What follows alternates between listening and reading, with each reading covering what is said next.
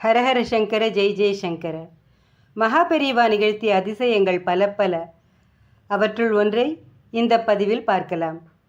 ஒரு சமயம் பெரியவா சத்தாராவில் முகாமிட்டிருந்தார். அப்போது மகாலிங்கம் என்ற ஒரு பக்தர் சத்தாராவில் போய் பெரியவாளை தரிசனம் பண்ணிட்டு வீட்டிற்கு திரும்பி வந்திருந்தார். வீட்டுக்கு வந்த சில மணி நேரத்தில் அவரை தேடிக்கொண்டு ஒரு நண்பர் வந்தார்.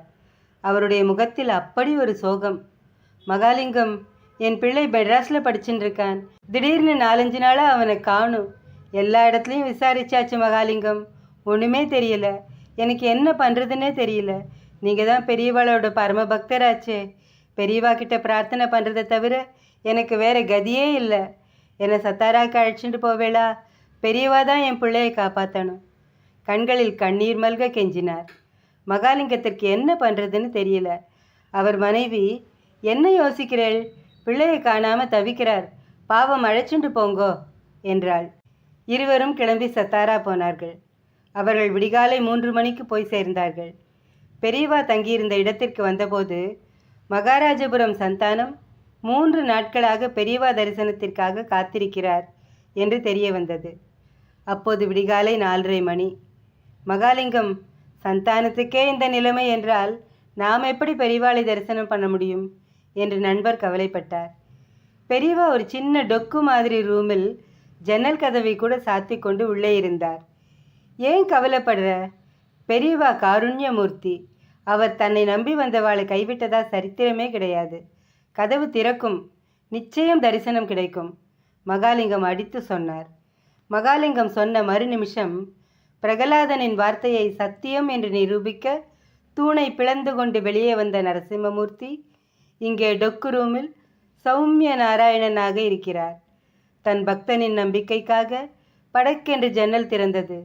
உள்ளே இருந்து பெரியவா மகாலிங்கத்தை சைகை காட்டி அழைத்தார்.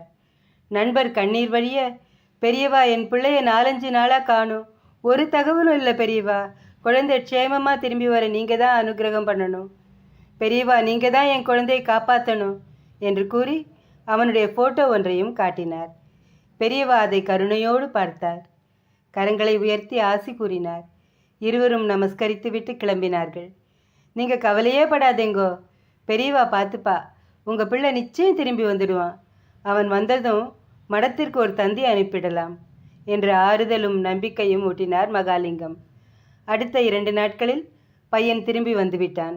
பையன் பல ஊர்களுக்கு சென்றுவிட்டு கடைசியில் மந்திராலயம் போயிருக்கிறான். அங்கே துங்கபத்ராவில் குளிக்கும்போது அவன் மனதில் ஒரு குரல், நீ உடனே வீடு திரும்பு என்று சொன்னது. அது எப்போது தெரியுமா? காலையில் சத்தாராவில் பெரியவா அவனுடைய ஃபோட்டோவை பார்த்த நிமிடம் அவனுக்கு குரல் கேட்கிறது. அந்த பையன்தான் பின்னாளில் மிக பிரபலமான பாடகராக நல்ல பக்தராக திகழும் நெய்வேலி சந்தான கோபாலன். இப்படி பலருடைய வாழ்க்கையில் அதிசயங்களை நிகழ்த்திய பெரியவாளின் பாதார விந்தங்களை வணங்கி வழிபடுவோம். ஹரஹர சங்கர ஜெய் ஜெய் சங்கர்.